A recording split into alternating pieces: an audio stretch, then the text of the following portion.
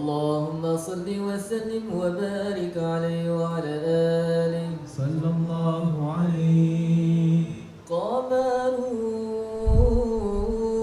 قمرون قمر سيدنا النبي قمرون وجميل وجميل وجميل سيدنا النبي وجميل قمرون قمرون قمر سيدنا النبي قمرون وجميل وجميل وجميل سيدنا النبي وجميل وكف المصطفى كالورد نادي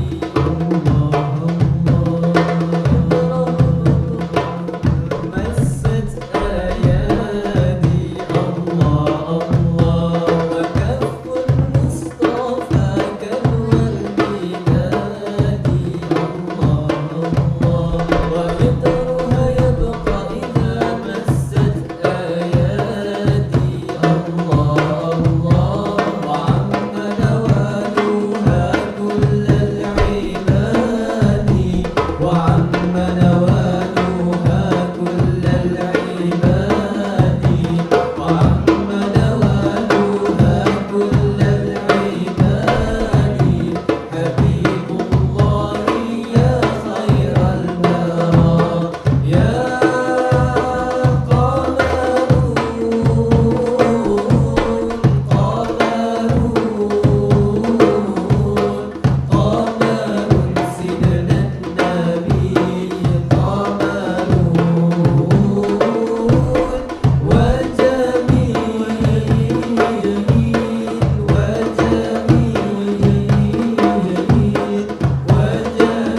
سيدنا النبي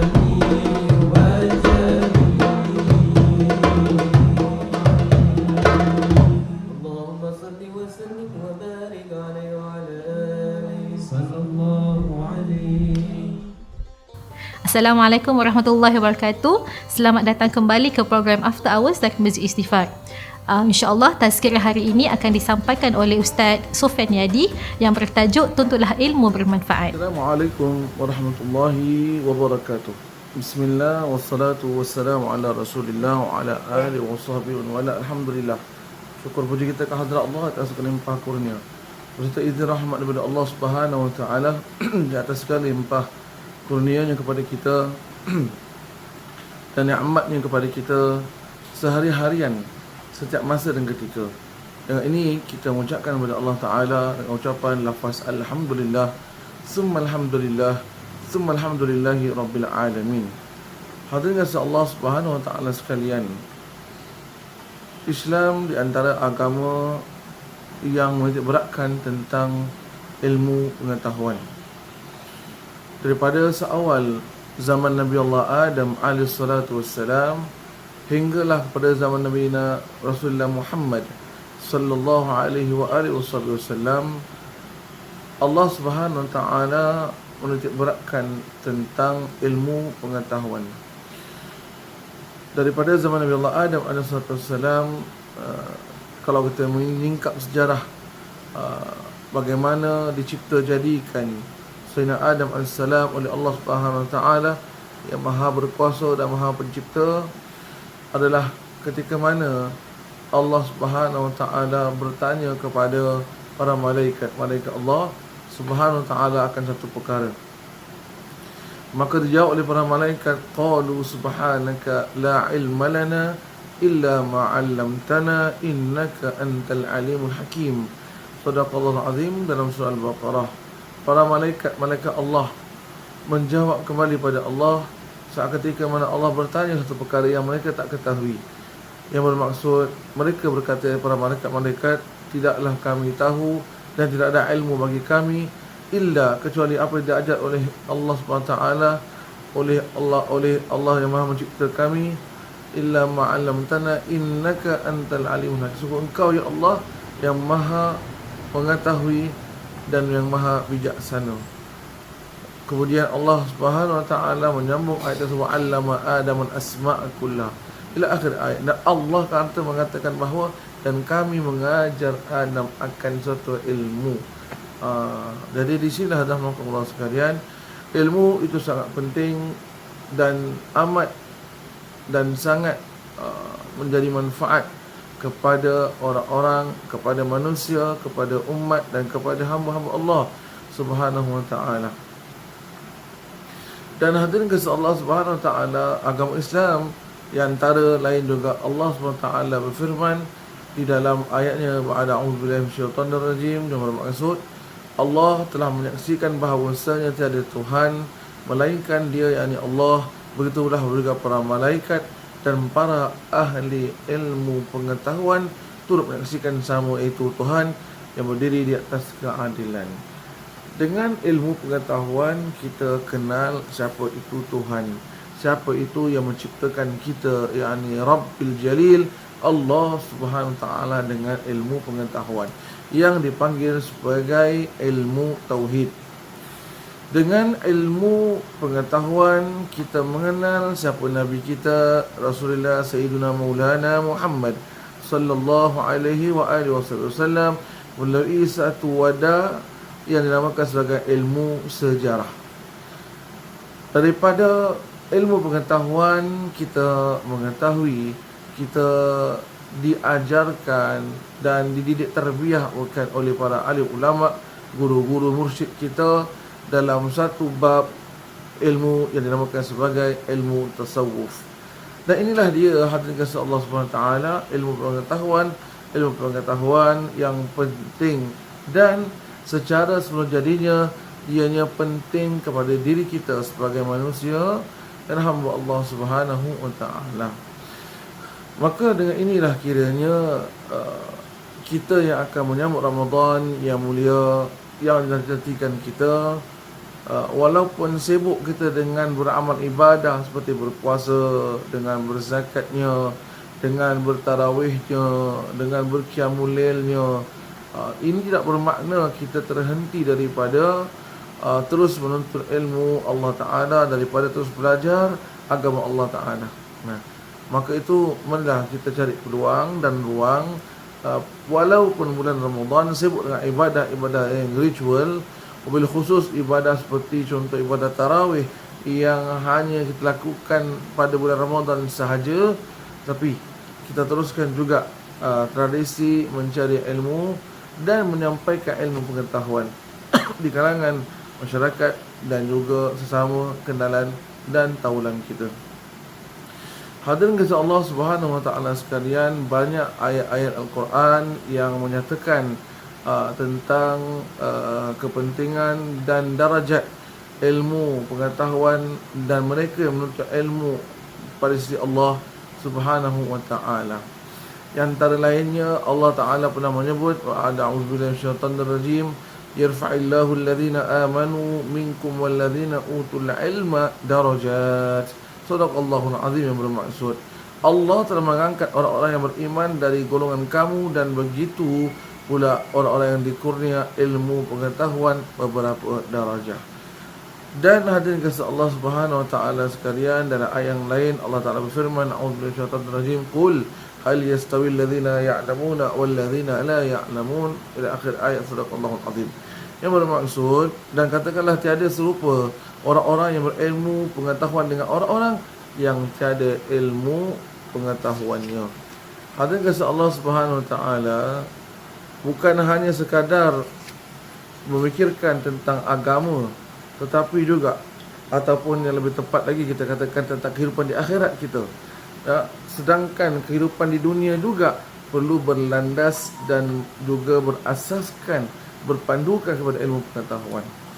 Nah, hadirin kasih Allah SWT bercakap tentang kehidupan hari akhirat, kita pun tak akan tahu apa itu hari akhirat, kita pun tak akan kenal apa itu hari akhirat, kita pun tak akan ada ilmu mengenai tentang perihal hari akhirat kalau kita tidak diajarkan atau mempunyai ilmu tentang perkara tersebut. Nah, berbalik sekali lagi kita kepada tajuk asal kita, itulah dia mengenai tentang kepentingan ilmu pengetahuan. Dan hadirin Allah Ta'ala, bagi kita juga yang hidup di dunia ini perlulah berlandas asaskan juga kepada ilmu pengetahuan. Antara contohnya seperti kehidupan kita dalam untuk meniaga, dalam untuk berekonomi, bersosial dan juga berpolitik dan sebagainya, semua memerlukan ilmu pengetahuan. Dan juga azza Allah Ta'ala dalam tentang kehidupan berkeluarga juga perlu ilmu pengetahuan. Maka hadirin rahimakumullah, sedikit saya masuk dalam bab ini. Kenapa penting untuk sepasang pasangan itu yang ingin mendirikan rumah tangga untuk menghadiri kursus-kursus rumah tangga? Dia bukan disebabkan kerana sertifikat yang qadi ataupun qadi nak lihat pada hari pernikahan tersebut, ataupun kalau tak ada sertifikat tu tak sah nikahnya, atau tak boleh dapatkan sertifikat nikah dan sebagainya. Tak, di sini dia tertakluk kepada ilmu pengetahuan. Rupa-rupanya dalam kehidupan rumah tangga perlu banyak ilmu pengetahuan. Daripada memikat hati sang isteri ataupun suami, daripada untuk kita menjaga hak tanggungjawab suami isteri, dan kemudian dalam cara untuk mendidik asuh tarbiyah anak-anak pula, semua ini memerlukan ilmu pengetahuan. Hadirin dikasihi Allah Subhanahu wa taala sekalian, maka tidaklah boleh seseorang itu, maaf kata kiranya digunakan bahasa ini, membuta tuli sahaja dalam melayari bahtera rumah tangganya. Dan ibaratlah kata rumah tangga itu adalah sebuah bahtera yang nahodanya adalah suaminya ataupun ketua rumah tangga ataupun keluarga, tetapi tidak ada ilmu pengetahuan dalam bab tentang pelayaran bahtera ataupun kapal. Tidak tahu bagaimana untuk nak membaca apa dikatakan sebagai map ataupun alat petunjuk, dan tak tahu bagaimana atau di mana arah timur, barat, selatan dan utara, maka sudah pasti bahtera yang dilayari oleh nahoda demikian rupa akan sesat dan mungkin tenggelam dan karam, wali'adzubillah. Begitulah ilmu pengetahuan tentang dalam bab perkahwinan. Andai kalau tidak disusuri dan juga terlebih dahulu didirikan dengan ilmu pengetahuan, maka sebab itu kita melihat ramai di kalangan pasangan-pasangan yang akhirnya bercerai-berai, terpisah kerana sebab tiada ilmu pengetahuan di dalam melayari rumah tangga mereka. Maka di sinilah kita galakkan kepada perempuan-perempuan pasangan-pasangan di luar sana untuk menghadiri kelas-kelas atau kursus-kursus rumah tangga yang dianjurkan oleh pihak-pihak yang tertentu yang berkenaan. Ma'asyarul muslimin rahimakumullah sekalian, dengan ilmu pengetahuan seseorang itu boleh membezakan mana kaca dan mana permata. Dengan ilmu pengetahuan seseorang itu dapat berjaya hingga sampai kepada menara gadingnya. Dengan ilmu pengetahuan seseorang itu dapat menghindar dirinya daripada melakukan perkara-perkara yang salah, membawa kepada perkara yang betul lagi benar, insya-Allah. Maka dengan ini hadirin kasih Allah Subhanahu wa taala sekalian, tuntutan kita untuk belajar untuk ilmu, tak kiralah sama ada ilmu agama maupun ilmu dunia dan apa juga ilmu, dan perlulah kita pastikan ilmu tersebut ilmu bermanfaat dunia dan akhirat. Sebelum kita pergi kepada ilmu yang manfaat dan tak bermanfaat, atau persoalannya adakah di situ ilmu yang manfaat atau adakah di situ juga ilmu yang tak bermanfaat, insya-Allah kita akan pergi kepada bab tersebut sebentar saja lagi. Di sini alhamdulillah ingin saya kongsikan akan sebuah hadis bagi Nabi Rasulullah Muhammad sallallahu alaihi wasallam yang pernah menyatakan bahawasanya man salaka tariqan yaltamisu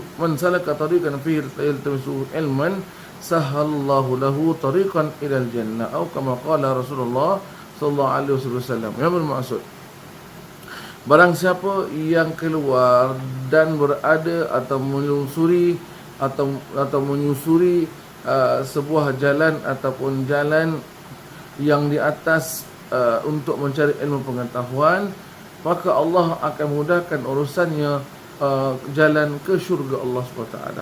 Dan para ulama juga ada mengatakan bahawasanya di dalam memahami hadis ini, di mana mengatakan bahawa hadis ini juga bermaksud orang-orang yang andai kalau kiranya gugur ataupun juga dalam keadaan yang kita katakan sampai ajalnya, menemui maut dan kembali ke rahmatullah Tuhannya, dalam keadaan sedang dia menuntut ilmu belajar, maka dia dikategorikan golongan orang-orang yang mati mendapatkan kematian yang mulia, itulah dia mati syahid, insya-Allah. Amin. Maka itu hadirin kasih Allah Subhanahu wa taala sekalian, kepentingan dan keutamaan menuntut ilmu Allah Subhanahu wa taala. Seperti seorang mekanik kereta, perlulah dia tahu ilmu pengetahuan tentang kereta. Seorang pakar doktor, maka perlulah dia tahu ilmu pengetahuan tentang kedoktoran. Begitulah juga dengan orang yang dikatakan sebagai agamawan, orang yang bertanggungjawab menyampaikan agama Allah, perlulah dia juga berlandas asaskan kepada ilmu pengetahuan. Kembali kita kepada persoalan seperti awal tadi, adakah di situ dinamakan sebagai ilmu yang bermanfaat dan ilmu yang tak bermanfaat? Hadirin kasih Allah Ta'ala, benar ilmu terbagi pada dua, yang bermanfaat dan yang tak bermanfaat. Ilmu yang bermanfaat itu adalah ilmu yang memberikan kesan terhadap orang yang mengamalkan ilmu tersebut. Antara contoh, bila seorang itu dah belajar tentang kehidupan, maka dipraktikkan amalan apa dia belajar terlebih dahulunya, maka manfaatlah ilmunya. Apatah lagi kalau ilmu itu adalah ilmu agama, maka manfaatlah dia dunia dan akhirahnya. Satu bab tentang ilmu agama ini, hadirin Allah sekalian, mengenai tentang bab zuhud sahaja. Seperti contohnya, beberapa ramai antara kita yang memahami erti zuhud, sifat zuhud dengan pemahaman pengertian yang salah atau tak betul atau kurang tepatnya, yang mana biasa kadang-kadang kita mendengarkan bila seseorang itu ditanya, mungkin seorang ibu ya kepada kawan temannya ditanya soalan, kenapa menantu kau tu buang sofa, buang kapet, buang TV dan sebagainya. Dengan jawapan seorang ibu tu mengatakan apa? Dia tu zuhud orangnya. Dia itu zuhud orangnya. Dan di sini kita difahamkan bahawasanya zuhud itu bermakna buang segala-galanya. Yang tinggal tak ada apa-apa kecuali selai sepinggang sahaja. Itu satu pemahaman pengetahuan tentang sifat zuhud yang salah, yang terkeluar daripada sebenar maksud asalnya. Kita mengambil nukil kata-kata Imam Ibn Qayyim al-Jauzi rahimahullah dalam sebuah kitab yang dinamakan dengan nama kitab La Tahzan. Beliau menyatakan dalam kitab tersebut bahawasanya mafhum maksud zuhud yang sebenar adalah mengambil apa-apa kenikmatan dunia yang ada manfaat untuk akhiratnya. Sekali lagi diulang, mengambil apa-apa kenikmatan yang ada di dunia yang ada manfaat untuk akhirat, itulah zuhud yang sebenar. Bermakna zuhud itu tidak mengambil semua nikmat dunia keseluruhannya, hingga kan penat mengejar dunia, penat mengejar cita-citanya, ataupun juga penat untuk mencapai segala hasrat di dunia. Tidak. Ini juga berlandas pandukan kepada firman Allah Subhanahu wa taala yang berbunyi, a'udzubillahi minasyaitonir rajim, wabtaghi fima ataakallahu darul akhirah wa la tansa nasibaka minad dunya. Yang bermaksud sadaqallahul azim ila akhir ayat.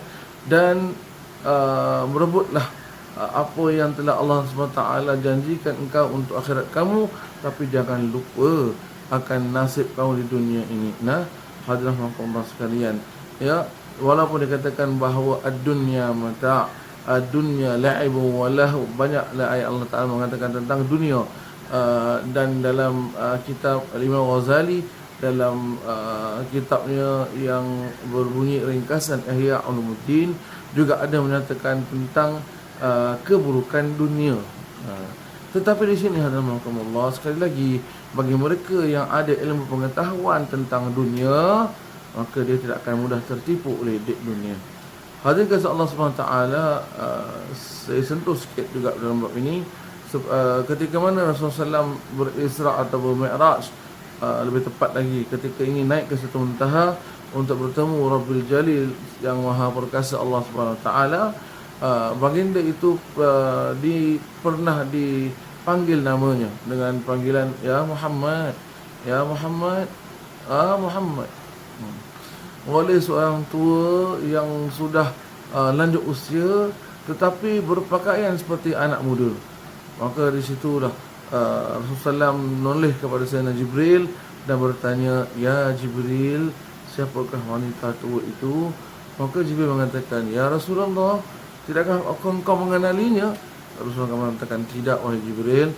Lalu Sayyidina Jibril alaihissalam mengatakan, ya Rasulullah, itulah dia dunia yang menipu daya manusia.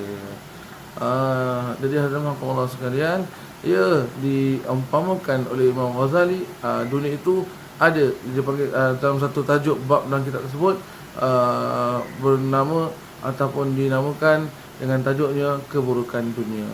Mahmankan walau macam mana sekalipun keburukan dunia, di situ ada kebaikan-kebaikannya.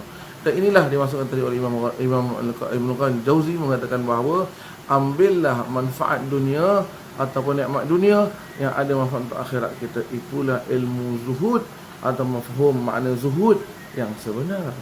Lihat bagaimana kalau itu salah tafsir, salah faham, atau tidak ada ilmu pengetahuan langsung tentang bab dalam maksud makna zuhud yang sebenar, maka rosaklah hidupnya dan porak-porandalah kehidupannya atau keluarganya, kerana salah faham dan salah memahami tentang maksud dan juga tentang mafhum sifat zuhud.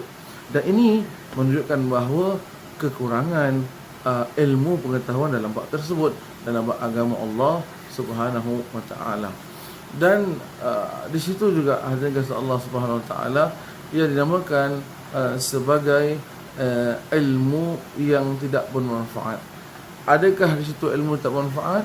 Di dunia ini ada hadirin kasih Allah Subhanahu wa taala.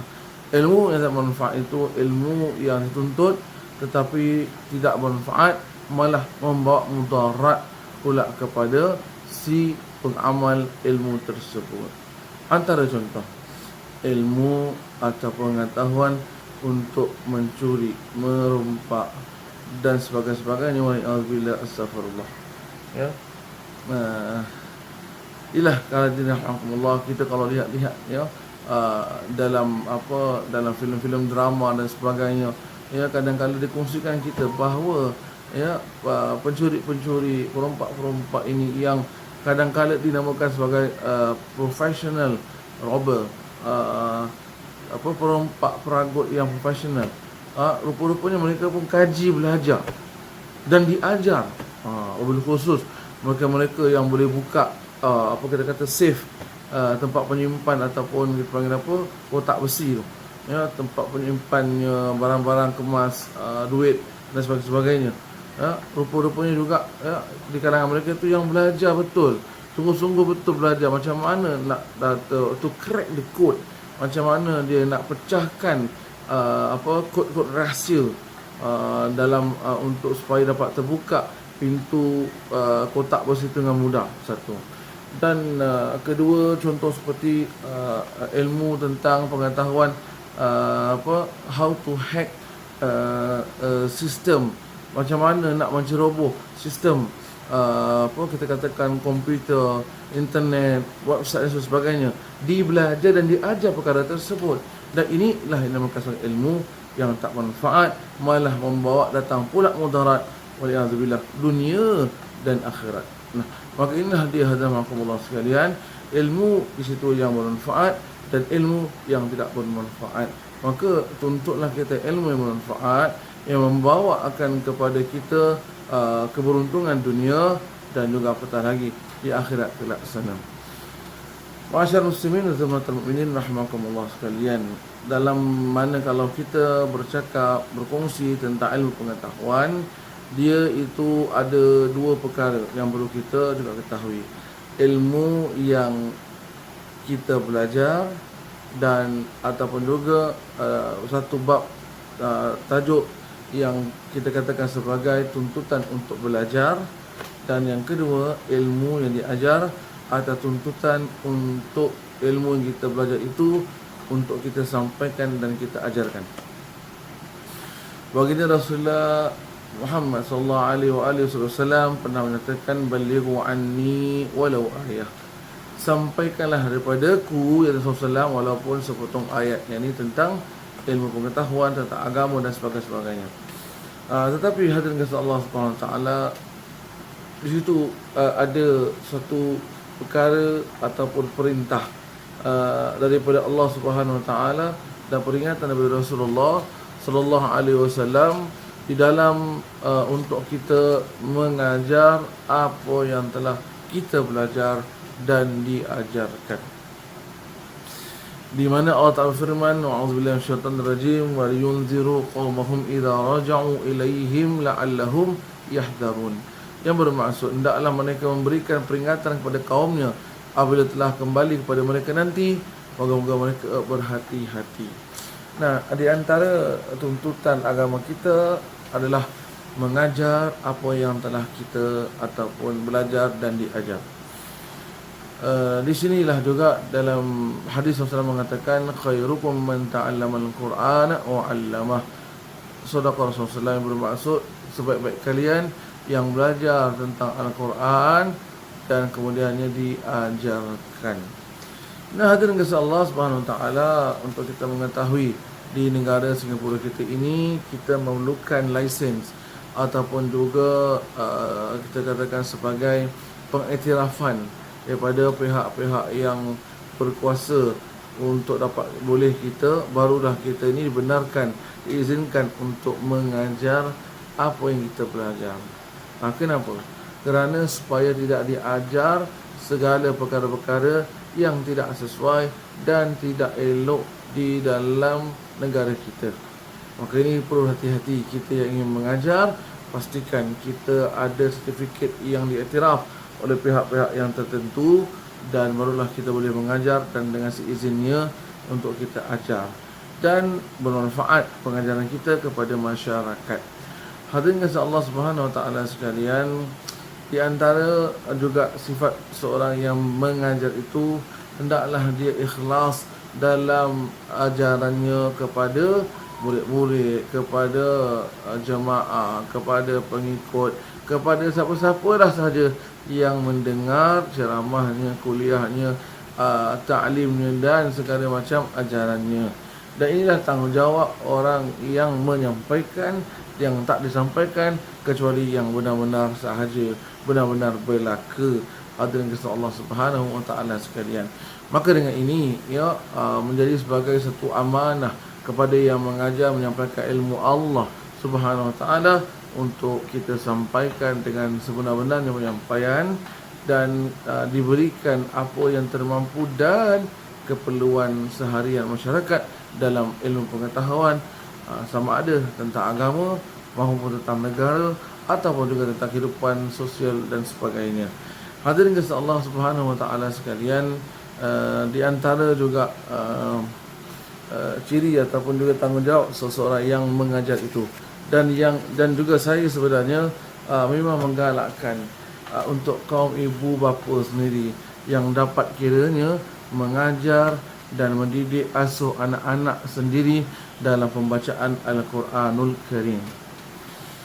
Alangkah indah seronoknya kalau seseorang ataupun sepasang ibu ayah itu yang ada ilmu pengetahuan tentang Al-Quran, pembacaan Al-Quran, tafsiran Al-Quran, apalah yang terikat dengan Al-Quran, sendiri dapat mengajar anak-anaknya Ya, tanpa perlu si anak kecil itu keluar rumah pada petang hari, pimpin tangan adik-beradik menyeberang jalan kerana nak mengaji di blok seberang sana. Terpaksa mengharungi mengharungi jalan raya dengan kereta-kereta yang lalu sini sana dan sebagainya, demi kerana untuk nak belajar mengaji ataupun belajar Al-Quran. Tapi alangkah baik indahnya kalau ibu, ayah atau atuk dan nenek kepada anak-anak tersebut itu sendiri boleh mengajar cucu dan anak-anak yang tak perlu melintas jalan yang begitu jauh sekali kadang-kalanya, yang juga boleh kita katakan terdedah anak-anak kita kepada mara bahaya. Maka saya pesan di sini pada ibu bapa atau nenek kita yang dirahmati Allah Ta'ala, maka tuntutlah kita ilmu Allah SWT. Belajarlah kita tentang ilmu agama Allah Ta'ala, bil khusus ilmu Al-Quran Al-Karim, agar dapat kita mewariskan ianya kepada anak-anak kita. Dan ingat, adalah maka Allah sekalian, Sayyidina Ali pernah mengatakan bahawasanya betapa untunglah mereka yang mewariskan keluarganya dengan ilmu pengetahuan, dan betapa rugilah dan binasalah mereka yang mewariskan keluarga anaknya dengan harta warisan. Berapa ramai keluarga yang porak-poranda, berapa ramai keluarga yang berpecah belah hingga sampaikan pada masa level untuk saling bunuh-membunuh, cedera-mencederakan akibat daripada harta pusaka, harta warisan yang bertelagah bergaduh untuk memiliki dan dimilikinya. Tetapi kata Sayyidina Ali, kalau orang itu meninggalkan ilmu, maka anak-anak cucunya akan terus dapat beribadah pada Allah Ta'ala dan tahu bagaimana untuk melalui kehidupan di dunia ini. Inilah kemanfaatan ilmu pengetahuan. Dan akhir sekali, bagi kita yang ada pernah menyampaikan ilmu, menyebarluaskan ilmu pengetahuan, berkongsi-kongsi ilmu pengetahuan, Rasulullah SAW mengatakan bahawa di mana apabila ketika anak-anak itu meninggal mati daripada dunia ini, maka semuanya terputus amalannya kecuali 3, antara lain ilmun yuntafa'u bih, ilmu yang pernah dimanfaatkan oleh seseorang yang bermanfaat, yang mengambil manfaat daripada ilmu pengetahuan yang pernah kita kongsikan. Dan sama mana orang itu beramal dengan amalan apa kita ajarkan padanya dan dijadikan panduan ilmu pengetahuan yang kita kongsikan padanya di dunia dan kehidupannya, maka selama itulah pahala kita tak terputus oleh Allah, yang akan dikirimkan dan dikirimkan dan dikirimkan. Inilah yang masuk Rasulullah SAW, ilmu yuntafa'u bih. Semoga mudah-mudahan kita tergolong dalam golongan orang-orang yang sama ada menuntut ilmu ataupun yang menyampaikan ilmu pengetahuan dan bermanfaat ilmu pengetahuan, sama ada yang dikongsikan atau yang mendengarkan kongsian tersebut, insya-Allah. Dan saya mengambil kesempatan ini untuk mengucapkan terima kasih kepada Masjid Al-Istighfar dan segala warga kerja dan segala Masjid Al-Istighfar yang sudi sedia untuk menjemput Al-Fakir, hamba Allah ini, untuk menyampaikan tazkirah Ramadan ini. Dan semoga mudah-mudahan diberkati kita dalam Ramadan ini, dan mudah-mudahan Ramadan kali ini ialah yang terbaik daripada kenangan Ramadan yang sudah, yang pernah kita lalui, insya-Allah. Dan segala amal soleh kita diterima langsung oleh Allah Ta'ala, dan jadikan kita min ahli taqwa, min ahli iman, dan juga min ahli jannatul firdaus, di kalangan golongan orang-orang ahli jannah, ahli syurga al-firdaus. Amin ya rabbal alamin. Rabbana taqabbal du'ana innaka antas samiul alim wa tub 'alaina ya maulana innaka antat tawwabur rahim wa la tu'akhidhna bil 'adha'i wal jara'i minal karim. Da'um fiha subhanakallahumma wa tahiyyatuhum fiha salam wa akhiru alhamdulillahi rabbil alamin. Taqabbalallahu minna wa minkum. Wassalamu alaikum warahmatullahi wabarakatuh. Masya Allah Ustaz, terima kasih atas perkongsiannya. Boleh kita rumuskan di sini bahawa kita sebagai orang Islam dituntut untuk menuntut ilmu, tak kira ilmu duniawi ataupun ukhrawi. Kerana dengan ilmu ia dapat membuat seorang tu lebih bijak bersikap atau bertindak dalam sesuatu perkara. Ilmu juga adalah penentu bagi kehidupan kita di dunia dan di akhirat. Tanpa ilmu, hidup kita mungkin tak menentu dan tak bermakna. Tiap ilmu yang kita pelajari juga harus disertakan dengan niat agar apa yang kita tuntuti itu diberkati oleh Allah Subhanahu Wa Taala. Kita kembali selepas iklan ini.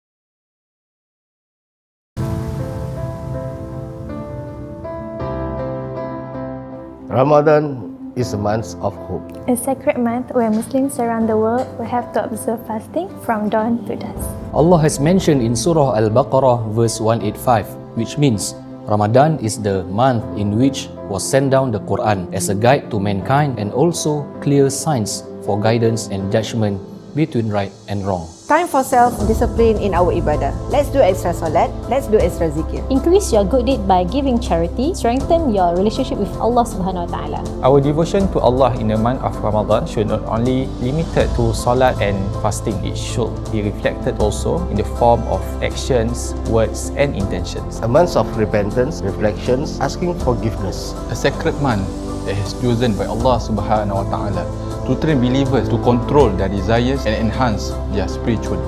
A month that teach us to have compassion toward others. Even though we'll be welcoming and celebrating Ramadan in this COVID-19 time, it does not dampen the spirit to observe fasting month by observing and celebrating it with your loved ones at home. Ramadan is here. Are you ready?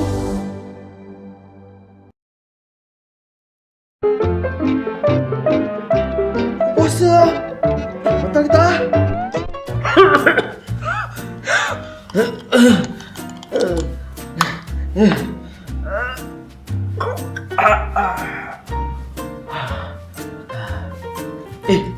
Betul kita! Puasa kuat kita!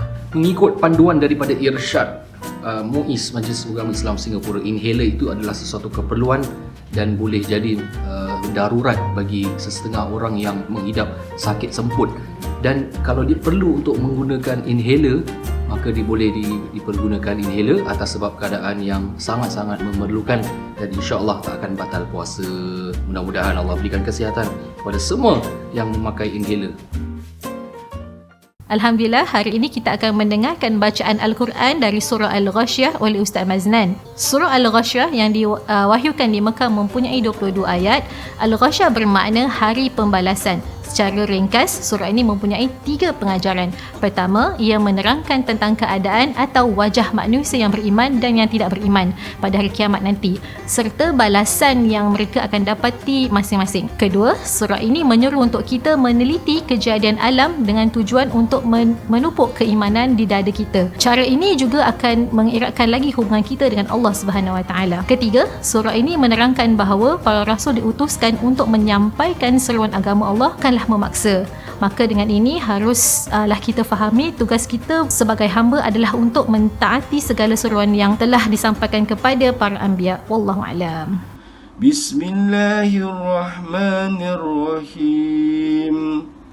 Hal ataka hadisul ghashiyah wujuhun yawma idzin khashi'ah amilatun nasibah tasla naran hamiyah tusqa min ainin aniyah ليس لهم طعام إلا من ضريع لا يسمن ولا يغني من جوع وجوه يومئذ نائمة لسعيها راضية في جنة عالية لا تسمع فيها لاغية فيها عين جارية فيها سرر مرفوعة وأكواب موضوعة ونمارق مصفوفة